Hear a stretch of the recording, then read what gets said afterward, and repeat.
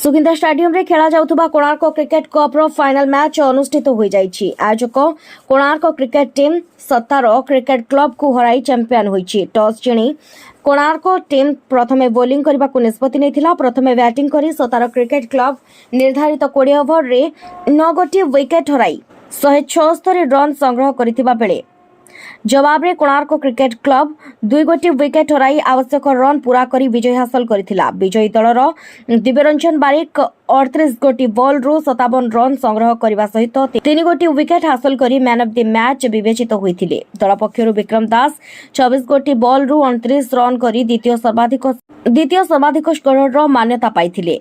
आज एही मैच को 2 अंपायर छायाकांत द्विवेदी और मानस बेहुरा परिचालना करथिबा बेले समस्त श्रृंखला रे ऑलराउंडर सफलता निमंते कोणार्क क्रिकेट क्लब रो विक्रम दास को मैन ऑफ द सीरीज भाବରେ पुरस्कृत करा जायथिला। सेपरि उक्त दलर बापी बेहेरा को सफलतम बॉलर सत्यजित राज को सर्वश्रेष्ठ कीपर एवं सत्तार क्रिकेट क्लब रो भवानी महांती को सर्वश्रेष्ठ बैट्समैन भाବରେ पुरस्कृत करा जायथिला। सेपरि सर्वश्रेष्ठ वॉलंटियर भाବରେ रूपाली महालिक और तांको दल को प्रदान करा जायथिला।